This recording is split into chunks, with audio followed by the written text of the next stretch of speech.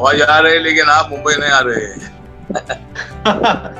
Sir मैं बॉम्बे आ जाऊंगा, आप फ्लाइट डोमेस्टिक फ्लाइट को आप चालू कर दीजिए, मैं बॉम्बे आ जाऊंगा। सर अभी एक्चुअली कुछ फिगर्स आए हमारे पास।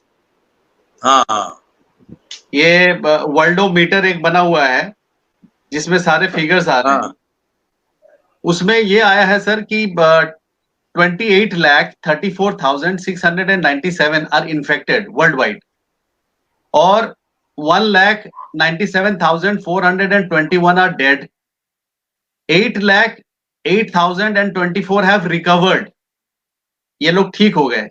तो ये जो भी फिगर्स आ रहे हैं इसको तो फिजिकली कोई क्रॉस चेक तो नहीं कर पा रहा है। तो आपको क्या लगता है कि ये जो फिगर कोट किया जा रहा है, जो भी मीडिया वाले कवर कर रहे हैं, ये कट एंड पेस्ट कर रहे हैं उसी फिगर को लेकर के, ये कितना ऑथेंटिक है?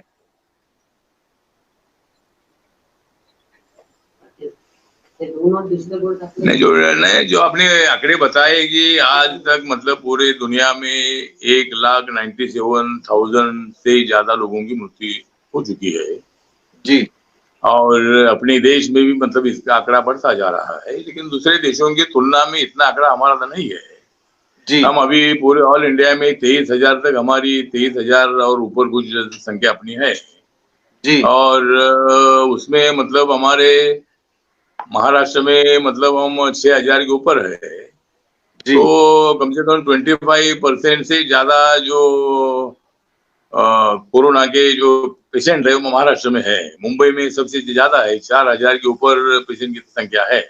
आपने पूछा है तो मतलब हर जगह पर टेस्टिंग के संबंध में निर्णय हो चुका है। टेस्टिंग बहुत सारे लोगों का हो रहा है और मुझे लगता है कि टेस्टिंग जल्दी करने का जो संकल्प अभी तो सरकार का है, अस्पतालों का है, तो जी वो होने की आवश्यकता है, क्योंकि कोरोना वायरस इतना बढ़ने वाली महामारी है, इसको जी रोकने की बहुत बड़ी आवश्यकता है। और अभी समर का सीजन अभी आ रहा है, तो मुझे लगता है कि समर के सीजन में ये कोरोना जल के खाक हो जाएगा, जल जाएगा, क्योंकि हमारा तो सूरज का जो प्रकाश है इतना तेज है कि जी सूरज के प्रकाश के सामने कोरोना नहीं टिक सकता है। जी इसलिए मुझे लगता है कि जो आपने सवाल किया है कि टेस्टिंग के बारे में, तो टेस्टिंग हो रही है। हाँ बोलिए इरफान जी, बोलो, आगे बोलो क्या। जी जी सर मैं ये पूछ रहा था कि फर्स्ट केस जो आया था 31 जनवरी को आया था और उसके बाद जो लॉकडाउन हुआ 25 मार्च को हुआ, तो आपको ऐसा नहीं लगता है कि लॉकडाउन करने में डिले हुआ है, नहीं, देर हुआ है? लॉकडाउन करने में बिल्कुल डिले नहीं हुआ है। मतलब शुरू में थोड़ी कुछ केस आ रही थी, लेकिन लॉकडाउन जैसी स्थिति तो नहीं थी। लेकिन जब माननीय प्रधानमंत्री नरेंद्र मोदी जी ने देखा कि ये कोरोना वायरस ज्यादा बढ़ सकता है और बहुत बड़े टाइम पर लॉकडाउन का जी जो निर्णय है, लॉकडाउन का निर्णय हो चुका है और जी लॉकडाउन के निर्णय से लाखों लोगों तक पहुंचने वाला कोरोना वायरस रुक गया। और जी अभी पूरे देश भर में जो आंकड़े हैं वो 23,000 से ज्यादा कुछ आंकड़े हैं। तो इसी तरह मुझे लगता है कि हजारों की संख्या में हम है, तो लॉकडाउन करने में कोई देर हुई नहीं है। लॉकडाउन जी बहुत सही वक्त पर हो चुका है और लॉकडाउन बढ़ाने का भी जो निर्णय है, ये निर्णय जी भी जो है वो निर्णय भी मतलब बहुत ही सही निर्णय है। और जी इसीलिए मुझे लगता है कि जो 14 अप्रैल तक पहले राउंड में लॉकडाउन था, लेकिन जी बढ़ती हुई संख्या को देखकर माननीय जी प्रधानमंत्री जी ने 3 मई तक इसको बढ़ाया है। लेकिन मेरी सूचना ये भी है कि मुंबई में, महाराष्ट्र में और जहां जहां ज्यादा कोरोना वायरस की संख्या है, वहां जी लॉकडाउन का पीरियड बढ़ाने की आवश्यकता है। क्योंकि अगर एकदम पूरा सब खुल जाएगा, हमारे मुंबई में लोकल शुरू हो जाएगी, तो लोग एक दूसरे पर गिर जाते हैं, मतलब इतनी संख्या होती है। ट्रेन चालू जी हो जाएगी तो इतनी भीड़ वहां होती है, प्लेन चालू जी हो जाएगा तो वहां भी मतलब पूरी भीड़ होती है, तो उससे जी मतलब कोरोना का धोखा बढ़ सकता है। इसीलिए जी मतलब कुछ दिनों के लिए और भी मतलब जो लॉकडाउन का पीरियड है, ये पीरियड जी हमारे महाराष्ट्र में तो बढ़ाने की आवश्यकता है, ऐसा मुझे लगता है इरफान जी।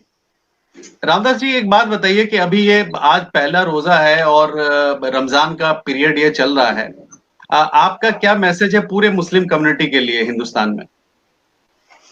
हाँ, तो मुस्लिम कम्युनिटी को मतलब ये मुस्लिम समाज का सबसे बड़ा ये त्योहार होता है। ये रमजान का जो महीना होता है, महीना बहुत बड़ा आनंद का महीना होता है।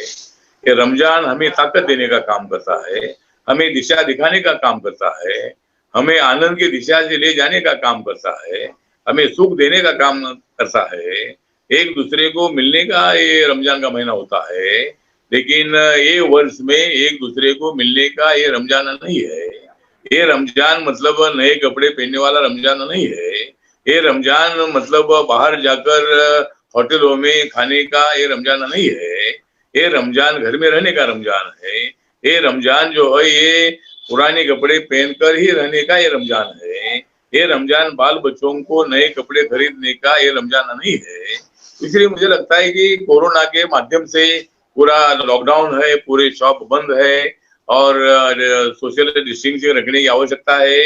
इसीलिए मैं इतना ही इरफान बताना चाहता हूँ कि बढ़ाओ तुम इस्लाम की शान, बढ़ाओ तुम इस्लाम की शान, क्योंकि आज से शुरू हो गया है रमजान। कोरोना पर लगाओ तुम जोरदार बैन, कोरोना पर लगाओ तुम जोरदार बैन, लॉकडाउन की तरफ दे दो दिल से ध्यान। सर एक छोटी सी सवाल, सर एक छोटा सा सवाल है जी सर। हाँ, रमजान है हमारा त्योहार, रमजान है हमारा त्योहार, कोरोना पर करना है हमें प्रहार। घर में बैठकर ही ले लो इफ्तार का आहार, घर में बैठकर ही ले लो तुम इफ्तार का आहार, तो अपनी जिंदगी में आ जाएगी अच्छी बहार। तो मतलब बोलो तो रमजान के महीने में मैं रिपब्लिकन पार्टी ऑफ इंडिया की ओर से, मैं सामाजिक न्याय और अधिकारिता मंत्रालय के राज्य मंत्री के नाते, नरेंद्र मोदी जी के सरकार में एक राज्य मंत्री के नाते, मैं हमारे जो 15-16 करोड़ जो मुस्लिम हमारे भाई बहन लोग हैं, वो सबको मैं मेरे तरफ से शुभकामना देता हूँ। और ये रमजान का जो महीना है, ये महीना जो है आपके लिए बहुत बड़ा इम्पोर्टेंट महीना होता है। दिन भर कोई आप नहीं खाते, पानी नहीं पीते हैं, लेकिन अपनी ताकत बढ़ाने का ये महीना है, अपनी आवाम को मजबूत करने का ये महीना है, अपने मोहम्मद पैगंबर जी को याद करने वाला ये महीना है, मक्का मदीना को याद करने वाला ये महीना है, ये भारत के बाबा साहब के संविधान को याद करने वाला ये महीना है, बाबा साहब के संविधान का भारत खड़ा करने की प्रतिज्ञा करने वाला महीना है। हिंदू, मुस्लिम, दलित, ईसाई, सिख, ईसाई सभी बौद्ध लोगों को एक साथ लाने के लिए हमें दिशा दिखाने वाला महीना है। और इसीलिए मैं अपनी मुस्लिम भाइयों से अपील करना चाहता हूँ कि मैं अल्लाह ताला से अपील करना चाहता हूँ कि आप सुखी रहो, आपको कोरोना मुक्त भारत बनाने के लिए जरूर रमजान महीने का उपयोग हो जाएगा। और जब तक रमजान खत्म नहीं होता है तब तक कोरोना यहाँ से खत्म हो जाएगा, ऐसा मुझे पूरा विश्वास है। रामदास जी एक सवाल आपसे ये पूछना चाहता हूँ कि जो बात अभी आपने कही, बिल्कुल यही बात प्रधानमंत्री मोदी जी ने ये कहा था कि कोरोना जो है कोई जात धर्म ये नहीं देखता है, वो सबके पास जाता है, इसलिए आज पूरा यूनाइट होकर के इसको फाइट करने की जरूरत है। आपको ऐसा नहीं लगता है कि मीडिया में जो इस्लामोफोबिया क्रिएट किया गया, जिसके वजह से यूनाइटेड अरब एमिरेट्स में उसके खिलाफ उन्होंने शिकायत की, फिर आज ओमान ने भी कहा कि इस तरह की अगर आप काम करेंगे तो फिर यहाँ पे जो हिंदुस्तानी काम कर रहे हैं उनको हम यहाँ पे नहीं रखेंगे, उनको भेज देंगे वापस। तो आपको ऐसा नहीं लगता कि मीडिया का एक गलत रोल हुआ है, इस तरीके से इसको पोलराइज करने की जो कोशिश हुई है? नहीं, मुझे लगता है यहाँ कोई रिलीजियस की बात नहीं है। मतलब कोरोना फैलाने के लिए जिनका उपयोग हुआ है, क्या मतलब जानबूझकर ऐसा किया, ऐसा तो नहीं है। जिस तरह मरकज में जो लोग मतलब निजामुद्दीन में आए, तो हर साल वो लोग आते हैं, उसी तरह इस साल भी आए। शायद उनको ये नहीं मालूम था कि भाई कोरोना वहां इतना बढ़ रहा है, बढ़ जाएगा। तो इसीलिए मुझे लगता है यहाँ कोई धर्म की बात नहीं है, लेकिन सभी धर्म के लोगों ने अपने अपने प्रोग्राम इसी तरह के गैदरिंग के नहीं करना चाहिए। इसी तरह का आदेश था तो वहां मरकज का प्रोग्राम करने की आवश्यकता नहीं थी, लेकिन उससे मतलब अपने देश भर में जो संख्या बढ़ गई है, उसमें बात सही है कि भाई वहां जाने वाले लोग जब पूरे देश भर में वापिस आए तो उनके माध्यम से ही मतलब ये थोड़ा सा कोरोना पकड़ गया है। लेकिन इसमें धर्म की बात बिल्कुल नहीं है। उन्होंने प्रोग्राम नहीं करना चाहिए था। जिन्होंने प्रोग्राम किया उनके ऊपर कार्रवाई हो रही है, उसकी पूरी जांच भी हो रही है। लेकिन मुस्लिम धर्म को इसी तरह दोषी ठहराना, ये मुझे लगता है कि ठीक बात नहीं है। और इसीलिए मुझे लगता है कि धर्म के माध्यम से इनके तरफ नहीं देखना चाहिए। कोरोना का हम सब लोग मिलकर कैसा सामना करें, इसके लिए हम सब लोगों को आगे बढ़ना है। और हमें मतलब कोरोना, आप लोग जानते हैं कि कोरोना ने सारी दुनिया को धोखा दिया है। कोरोना ने सारी दुनिया को धोखा दिया है, लेकिन नरेंद्र मोदी जी ने हमें जिंदगी बचाने का मौका दिया है।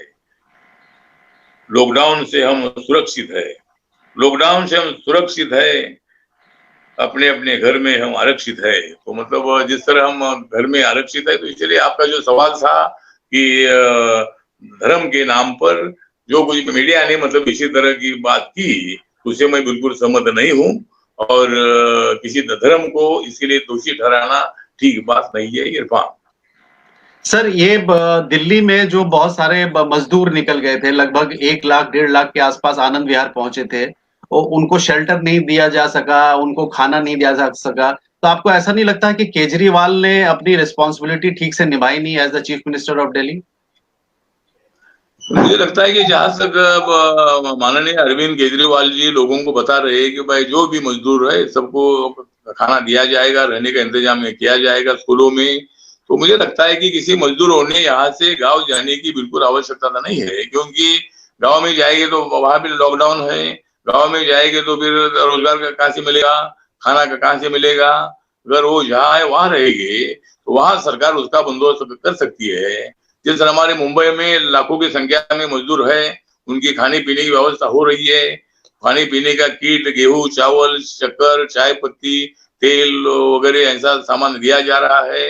तो मुझे लगता है कि केजरीवाल जी ने बहुत सारे लोगों का खाने का इंतजाम किया है। और भारत सरकार ने, नरेंद्र मोदी सरकार ने 1,70,000 करोड़ रुपया जो है ये मतलब खाने पीने के लिए मतलब उन्होंने अनाउंस किया है।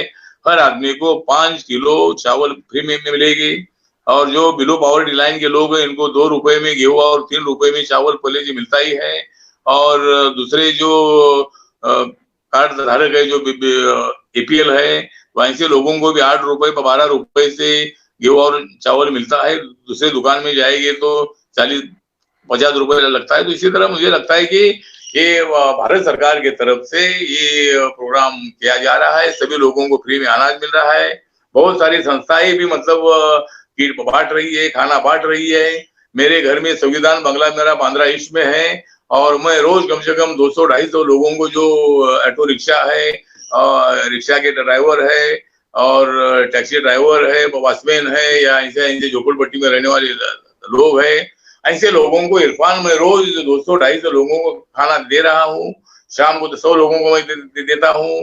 सुबह 150-200 लोगों में खाना देता हूँ। और जब से लॉकडाउन शुरू हुआ है तब से मेरे बंगले में सब लोगों को खाना मैं दे रहा हूँ। और जब तक ये लॉकडाउन रहेगा तब तक मैं सभी लोगों को खाना देने का काम मैं करता रहूंगा। इरफान सर, एक चीज है, क्या आप मोदी जी से ये गुजारिश कर सकते हैं, पूछ सकते हैं कि जितने भी कॉर्पोरेट कंपनीज है उनका एक सीएसआर एक्टिविटी होता है, कॉर्पोरेट सोशल रिस्पॉन्सिबिलिटी, क्या उसके तहत एक कुछ फंड उनके बजट के हिसाब से, उनके बैलेंस शीट के हिसाब से क्या वो दे गरीबों के लिए, लोगों के लिए? एक चीज। दूसरा, जो रिलीजियस इंस्टीट्यूट्स है, जैसे कि आपका केदारनाथ हो गया, बद्रीनाथ हो गया, तिरुपति हो गया, सिद्धि विनायक हो गया, दरगाह हो गया, मंदिर हो गया, मस्जिद हो गया, इन सब के पास में एक अच्छा खासा पब्लिक का फंड होता है। लेकिन आज जब पब्लिक क्राइसिस में, खास तौर पे वो लोग जो डेली वेजर है, जो मजदूर है, दलित है, शोषित है, तो उनके लिए क्या सरकार की तरफ से कोई ऐसा इंस्ट्रक्शन नहीं होना चाहिए कि आपके पास जो आपका जो चैरिटी में जो फंड है उसका एक पोर्शन आप गरीबों को दे? ऐसा नहीं हो सकता क्या? नहीं, मुझे लगता है हो सकता है। मतलब जो सीएसआर फंड होता है, जो कंपनी लोग चलाते हैं, उसमें अपने फायदे में से कुछ परसेंट पैसा जो होता है, ये पैसा सीएसआर फंड के माध्यम से सोशल एक्टिविटीज के लिए खर्च करने का उनको अधिकार है। और इसीलिए मुझे लगता है कि वहां कोई सरकार के आदेश की आवश्यकता बिल्कुल नहीं है।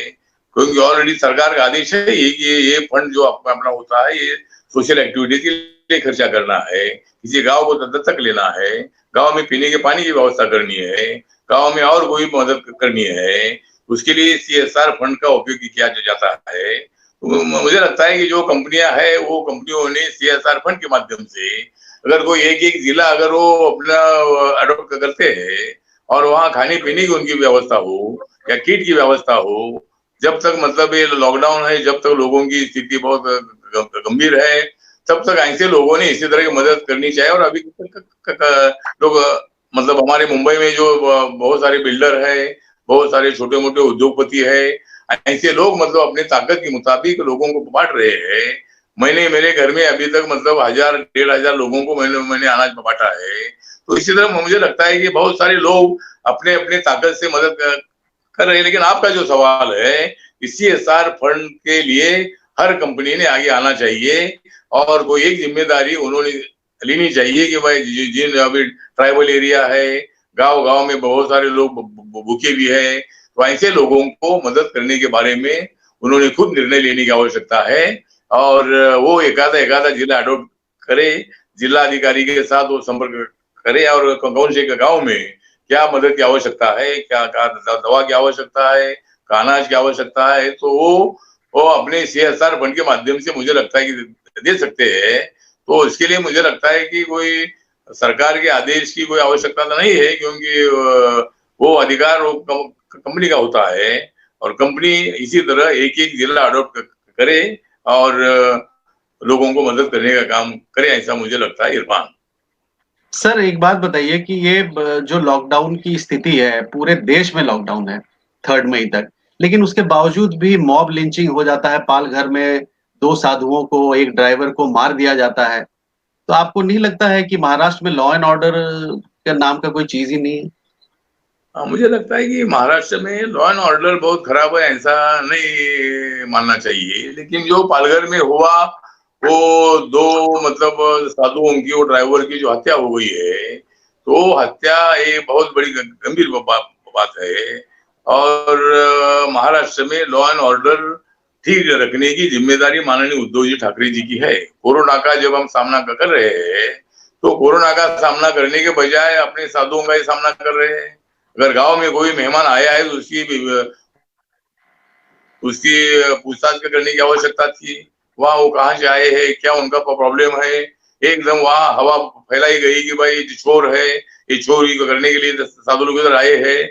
अगर गांव में जाकर किसी की चोरी करते थे तो हम समझ सकते थे, लेकिन खाली वो गांव में आ गए, गांव में आकर कहा आगे जा रहे थे वो। तो मुझे लगता है कि पालघर में जो भी हुआ है बहुत बड़ा गंभीर बात है। तो जिन लोगों ने मतलब कम से कम अभी 107-8 लोगों को अरेस्ट कर दिया है। अनिल देशमुख जी जो गृह मंत्री, उन्होंने CID इंक्वायरी अनाउंस की है।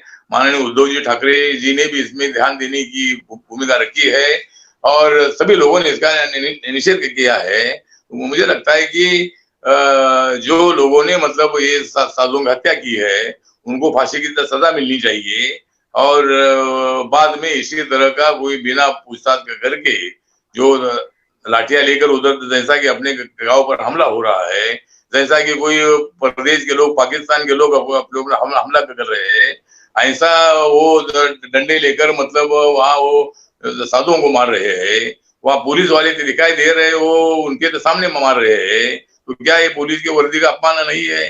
खाली वो 2 पुलिस को सस्पेंड करने से इरफान काम नहीं चलेगा। वहां के जिला प्रमुख है, वहां के DYSP है, इनके ऊपर भी कार्रवाई होने की आवश्यकता है।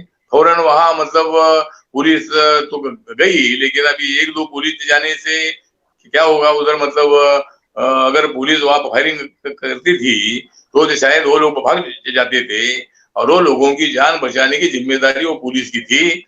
लेकिन ऐसा नहीं हुआ है। तो मुझे लगता है कि जो जिला पुलिस प्रमुख है और जिला पुलिस उप प्रमुख है, ये ऐसे पुलिस अधिकारियों पर भी कार्रवाई होनी चाहिए, ऐसा मुझे लगता है। और ये घटना का मैं निषेध करता हूं और ये घटना बहुत बड़ी गंभीर है, मानवता को कलंक लगाने वाली है। कोरोना के टाइम पर हम सब लोग मिलकर सामना करना चाहिए, लेकिन हम आपस में सामना कर रहे हैं, अच्छी बात नहीं है। इरफान सर आपको नहीं लगता है कि जैसे पेलू खान में भी मॉब लिंचिंग हुआ था और उनके जितने भी एविडेंसेस थे उसको उन किसी को भी सजा नहीं मिली, बाद में उनको गार्लैंड पहनाया गया। कहीं साधु वाले केस में भी तो इसी तरीके से नहीं होगा कि इनको छोड़ दिया जाएगा? नहीं, मुझे लगता है ऐसा नहीं छोड़ना चाहिए। मतलब कानून तो होता है, लेकिन ये कानून ने मतलब इस दायरे में मतलब इसका स्टडी करना है। ये केस इसे दायरे में जो चलानी है, ये मानवता को कलंक लगाने वाले, घटना करने वाले लोगों को फांसी की सजाएं मिलनी चाहिए। उसी तरह मतलब वहाँ जो एडवोकेट्स है, सरकारी वकील है या मतलब दूसरे वकील है, इन्होंने मतलब इस केस को ठीक ढंग से प्लीड करना चाहिए। और माननीय जजेस ने भी मतलब इसके संबंध में गंभीरता से जजमेंट देने की आवश्यकता है। और मुझे लगता है कि मुझे पूरा विश्वास है कि ऐसे घटना का विचार करते हुए मतलब उन लोगों को फांसी की सजा ही देने का निर्णय होना चाहिए। इरफान सर, इस घटना में सोनिया गांधी जी की तरफ से कोई भी स्टेटमेंट नहीं आया है, ना ही राहुल गांधी ने कोई स्टेटमेंट दिया है। तो आपको क्या लगता है कि उनके सपोर्ट से जो सरकार बनी है वहां पे शिवसेना की, क्या इसकी वजह से वो चुप है या उन्होंने इग्नोर कर दिया ऐसे? मुझे लगता है कि ये घटना का निषेध करना चाहिए। तो सरकार कोई भी हो, सरकार अगर अपनी भी सरकार है तो अपने सरकार में अगर ऐसा घटना होती है तो इसका निषेध करने की जिम्मेदारी मुख्यमंत्री की और सरकार की होती है। तो सोनिया गांधी जी, राहुल गांधी जी ने इस पर स्टेटमेंट करने की आवश्यकता थी, लेकिन जिस तरह आपने मुझे बताया कि भाई यहाँ कांग्रेस और एनसीपी के सपोर्ट से उद्धव ठाकरे जी की सरकार है, तो शायद इसीलिए उन्होंने उस मॉब लिंचिंग का कोई जिक्र नहीं किया है। तो मुझे लगता है उन्होंने करने की आवश्यकता थी। अगर पूरे देश भर में कोरोना का सामना करने की कोशिश हो रही है, लेकिन ये अपना अपना सामना इधर कर रहे हैं, तो ऐसे घटना का निषेध करने की जिम्मेदारी माननीय आदरणीय सोनिया गांधी जी और माननीय राहुल गांधी जी की थी। लेकिन शायद उन्होंने, वह अपनी सरकार है इसलिए उन्होंने उसके बारे में कोई जिक्र नहीं किया। ये बात मुझे सही लगती है।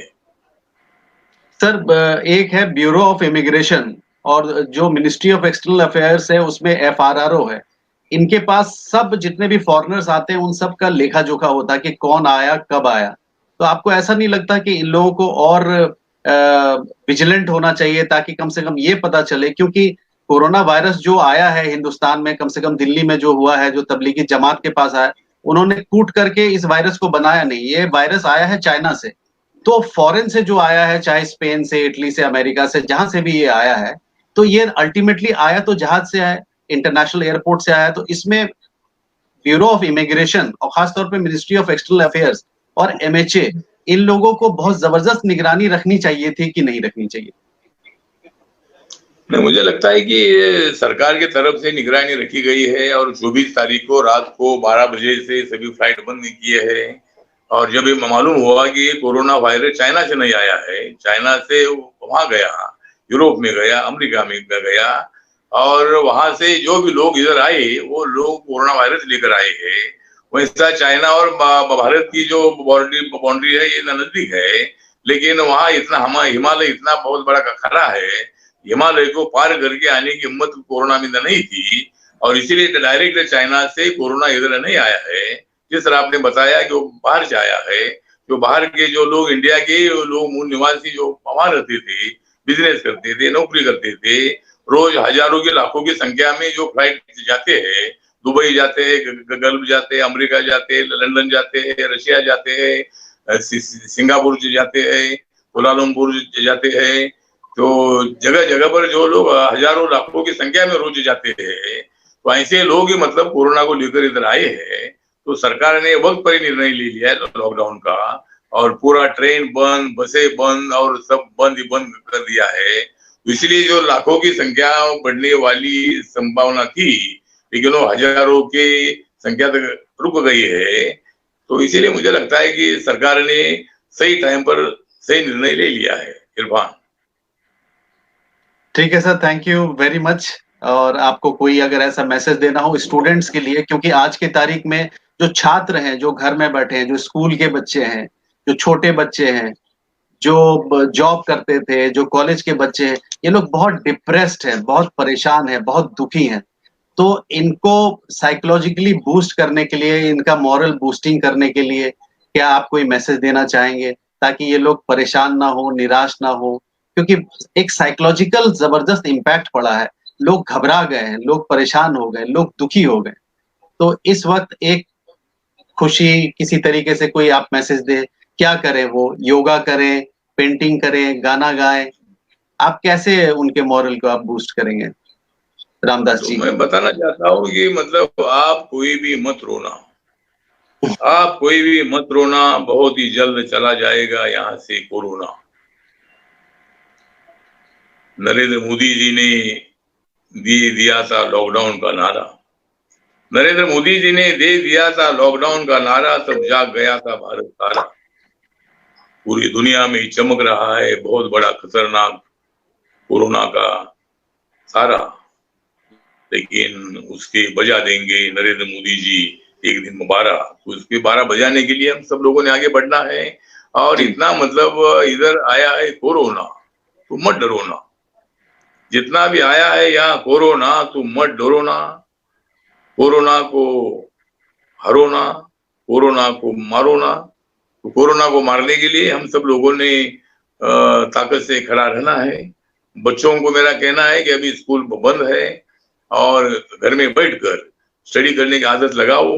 बाबा साहब अम्बेडकर जी जब कोलंबिया यूनिवर्सिटी में पढ़ाई करते थे, तब जो वहाँ लेमन लाइब्रेरी थी, वहाँ बाबा साहब अम्बेडकर एक दिन के 18-18 घंटे वहाँ बैठकर स्टडी करते थे। आधे पाव के टुकड़े पर पूरा दिन भर वो मतलब वहाँ स्टडी करते थे। तो अभी आपको भी स्टडी करने का वक्त आया है। ऑनलाइन स्टडी शुरू करो, पूरे स्कूल बंद है। और इतनी डरने की बात नहीं, अगर आप घर में रहोगे तो कोरोना आप तक नहीं पहुंच सकता है, लेकिन आप ज्यादा बाहर घूमते रहोगे तो कोरोना तुम्हारे पास तक आ सकता है। इसलिए कोरोना को भगाओ और जनता को जगाओ। तो ये काम हम सब लोगों को करने की आवश्यकता है। इतनी डरने की बात नहीं है। मतलब अभी मृत्यु का जो रेट है ये 5-6% ही है और 95% लोग इम्प्रूव हो रहे हैं, इसमें ठीक ठाक भी हो रहे हैं। इसलिए मुझे लगता है कि इतनी डरने की बात नहीं है। कुछ संख्या बढ़ती रही है, लेकिन बहुत सारे जो लोगों को अच्छी सुविधा भी मिल रही है।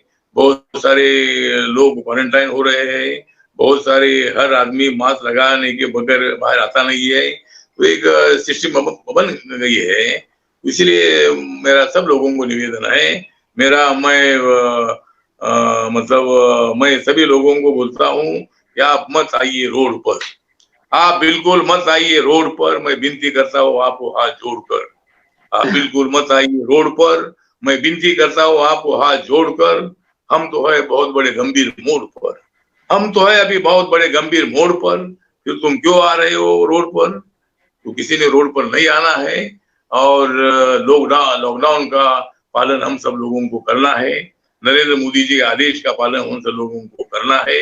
राजनीति बाजू में रखकर हम सभी पार्टी के लोगों ने एक साथ आकर आगे बढ़ना है और कोरोना बहुत जल्दी यहाँ से चला जाएगा और भारत का अच्छा दिन जरूर आएगा। ऐसा ही मैं इरफान बताते हुए मैं इतना आखिर में बताना चाहता हूँ कि कोरोना ने तो हमें दगा दिया है, कोरोना ने तो हमें दगा दिया है, लेकिन मोदी जी ने सारे देश को जगा दिया है, सारे अस्पतालों को काम पे लगा दिया है और कोरोना को हम सभी ने यहाँ से भगा दिया है। हमें कोरोना मुक्त भारत चाहिए, कोरोना मुक्त भारत, सशक्त भारत, कोरोना मुक्त भारत, सशक्त Bharat, corona go Bharat, corona no Bharat. ऐसा भारत हमें चाहिए Irfan ji. Thank you sir, thank you so much.